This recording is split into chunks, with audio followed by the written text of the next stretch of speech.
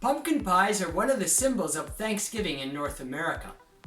But the rest of the world probably thinks they're crazy because they're eating these bad tasting pumpkins. In fact, it was only after I moved to Japan that I realized just how bad tasting these pumpkins are. Introduction.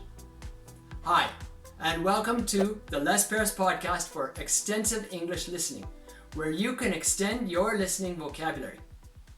Today is episode 309, and it's about pumpkin pies.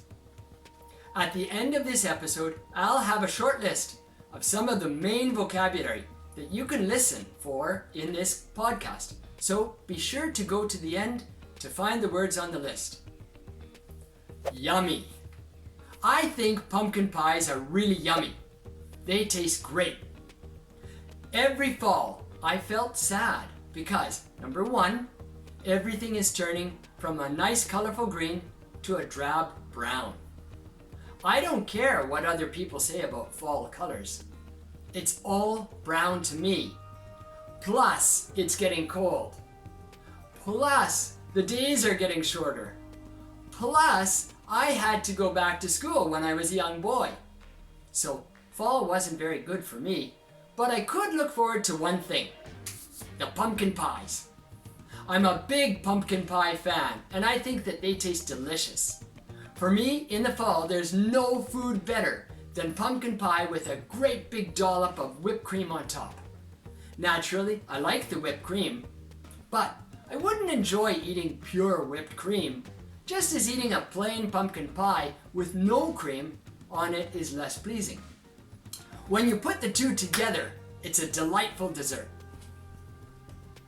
Spices. Lots of spice goes into these pumpkin pies. Lots of sugar goes into them too, but I'll talk about that in a minute. A good pie is going to have cinnamon, and then it'll have some nutmeg, but not too much, as well as cloves and ginger. I've heard some recipes also use allspice, which is kind of a strange spice to me. One of the stranger combinations I've read about included cumin and chili in the pumpkin pies, but I'm not sure that's very common at all. Either way you slice it, your pumpkin pie slice has a lot of different spices in it, so it's a great spicy addition to the table in the fall. Bad tasting. The pumpkin pie needed a lot of these spices, and they needed a lot of sugar. The reason is that these pumpkin pies just taste bad. When I came to Japan, I discovered pumpkins can be sweet and really good tasting. That's quite a change from the pumpkins back home. In fact, pumpkin pie is the only thing I know for cooking with pumpkins. I'm sure there are other recipes, but my mom never made them. Pumpkin pie was the only thing you could do with a pumpkin. And since it was already bad tasting, you had to add spices and lots of sugar to overcome the bad taste of the pumpkin. Jack-o'-lanterns. We never used the jack-o'-lantern that we had outside for Halloween to make a pumpkin pie. The reason is that we always kept the jack-o'-lantern for a few days after Halloween. It seemed like such a shame to put so much work into carving this thing that you didn't want to throw it away or otherwise get rid of it. You kept it as a nice decoration around the house. It was fun, and it symbolized the fun of Halloween. Unfortunately, after a few days, they were no longer fit for human consumption. So we couldn't use them to make pumpkin pies. I made one. In fact, I only ever make one pumpkin pie. In fact, I only ever made one pumpkin pie from scratch. I convinced my mom to buy an extra pumpkin so that I could try making the pumpkin pie.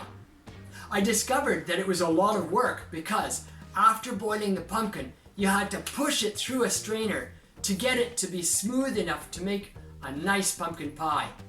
The spices were great and the sugar was great, but the pumpkin was hard work. At the end of the day, the commercial canned pumpkin pie fillings ended up making a better pie than I did. So I never made pumpkin pie a second time. If you like listening to English for your extensive English listening, then hit the subscribe button below so you can get more of my podcasts. These podcasts are great for listening to a wide variety of vocabulary.